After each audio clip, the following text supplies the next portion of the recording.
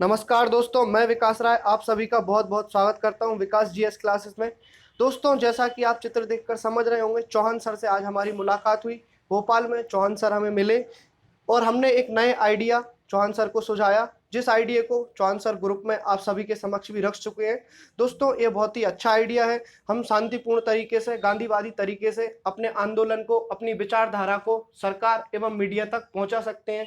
जैसा कि दोस्तों आप देख रहे हैं, इससे पहले भी हमने भोपाल में हजारों की संख्या में एकत्रित होकर अपने आंदोलन को एक बड़ा रूप दिया था और हमारा काफी हद तक आंदोलन सफल भी रहा। कुछ नोटिफिकेशन आए, लेकिन इससे ज्यादा कोई फायदा नहीं निकला। आचार संहिता लग गई और छात्रों के हित में कोई बड़ा काम नहीं हो पाया। नरोत्तम मिश्रा, गृह मंत्री और अन्य सभी विश्वास सारंग जैसे मंत्रियों ने चौहान सर को और हम सभी छात्रों को आश्वासन दिया कि आपके साथ हैं हम, आपकी वैकेंसी आएगी। लेकिन आचार संहिता लग चुकी है, छात्रों के हित में दोस्तों ऐसा कुछ नहीं हुआ है। दोस्तों, अब हम ईंट पत्थरी पत्थर तो फेंक नहीं सकते, तो अब हमें शांतिपूर्ण तरीके से एक नए आंदोलन को रूप देना है। दोस्तों, जिले स्तर पर भी सभी छात्रों ने अच्छे बढ़ चढ़कर कार्य किए, लेकिन अब हमें एक नए रूप में आंदोलन को देना होगा। तो दोस्तों, आप देख सकते हैं तेलंगाना में 2010 में दोस्तों ईवीएम में मिनिमम 16 कैंडिडेट एक ईवीएम में आते हैं। तो दोस्तों 2010 में तेलंगाना में एक ही सीट पर 64 कैंडिडेट खड़े हुए थे। तो इससे दोस्तों इलेक्शन कमीशन को और सरकार को बहुत बड़ा झटका लगा था कि इतने बड़े स्तर पर तैयारी कैसे करेंगे। और मीडिया ने भी इसे बहुत ज्यादा कवरेज दिया था कि एक ही सीट पर 64 कैंडिडेट्स और इनकी ईवीएम की व्यवस्था कैसे होगी।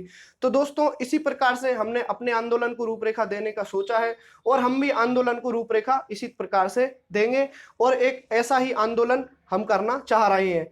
दोस्तों, इस बारे में चौहान सर से भी हमारी बात हुई है।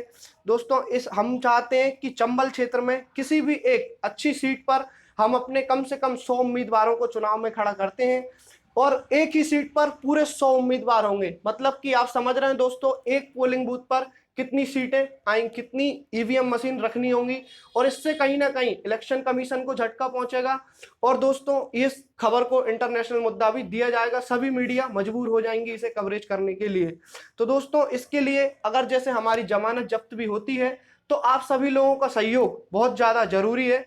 आपके सहयोग से 1,500 रुपए, हम सभी ग्रुप में 16,000 के आसपास मेंबर हैं बेरोजगार युवा संघ में, सभी 500 एक हजार रुपए एकत्रित करते हैं तो सभी की जमानत राशि भी इकट्ठी हो जाएगी और हम एक ही सीट से 100 प्रत्याशी एक साथ लड़ सकते हैं।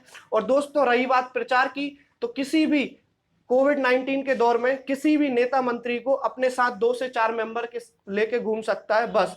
लेकिन यदि हम 100 एक साथ होंगे तो हम 100 के साथ दो दो व्यक्ति भी होंगे तो हम 400 से ऊपर की संख्या में लोग एक साथ इकट्ठे होकर प्रचार कर सकते हैं। और दोस्तों, प्रचार का माध्यम हमारा कोई डीजे ढोल धमाके नहीं होंगे। घर घर जाके सिर्फ पेरेंट्स को ये बताना है कि आपकी पिछली पीढ़ियां भी सरकारी जॉब से दूर थी और आने वाली पीढ़ियां भी सरकारी जॉब से दूर होंगी यदि इसी प्रकार से आप कांग्रेस बीजेपी में लड़ते रहे तो दोस्तों, आप देख सकते हैं, आप सोचते हैं और कुछ पढ़े लिखे स्टूडेंट्स भी सोचते हैं तो हम नोटा का यूज करेंगे। दोस्तों, नोटा की क्या पावर है, आप मुझे कमेंट सेक्शन में बताइए, आप क्या कर सकते हैं नोटा से। आपका इससे कोई फर्क नहीं पड़ता दोस्तों, आपका नोटा दबाने से सरकार को आपका वो वोट वेस्टेज जाएगा ही। ठीक है दोस्तों, तो ये आपसे मुहिम करना चाहता हूं। इस मुहिम में आप सभी बढ़ चढ़कर सहयोग करेंगे, तभी हम इस आंदोलन को विकराल रूप दे सकते हैं दोस्तों। और ये शांतिपूर्ण तरीके से बहुत अच्छा आंदोलन होगा जिसकी आवाज दिल्ली तक भी जाएगी दोस्तों। तो हम 100 प्रत्याशियों को खड़ा करते हैं जल्द से जल्द और आप साथ दीजिए।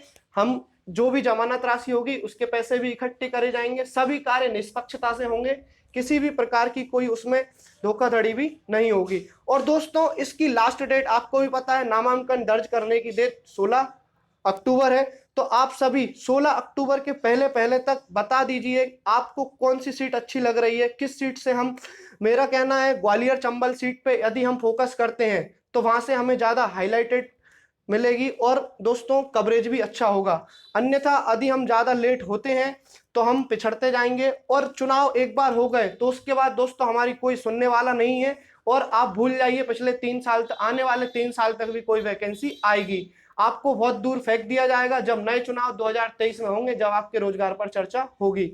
तो दोस्तों, आप इस आंदोलन को बहुत ध्यान से 2 बार वीडियो को सुनिए। अगर मैं कुछ बहुत अच्छी बात बता रहा हूं तो आप बिल्कुल ध्यान से सुनिए। बस आप सभी साथ दीजिए, 15 दिन के अंदर एक हम बहुत बड़ा आंदोलन खड़ा कर सकते हैं दोस्तों। और मेरा सभी टीचर्स से भी हाथ जोड़कर निवेदन है, आप यूनिटी बनाए रखिए, बिल्कुल दो टुकड़ों में विभाजित नहीं हुई है। आप हैं तो शिक्षक हैं तो छात्र हैं, और छात्र हैं तो शिक्षक हैं दोस्तों, एक दूसरे की कड़ी हम हैं दोस्तों। जय हिंद, जय भारत, जय मध्य प्रदेश। मिलते हैं नेक्स्ट वीडियो में। जय हिंद।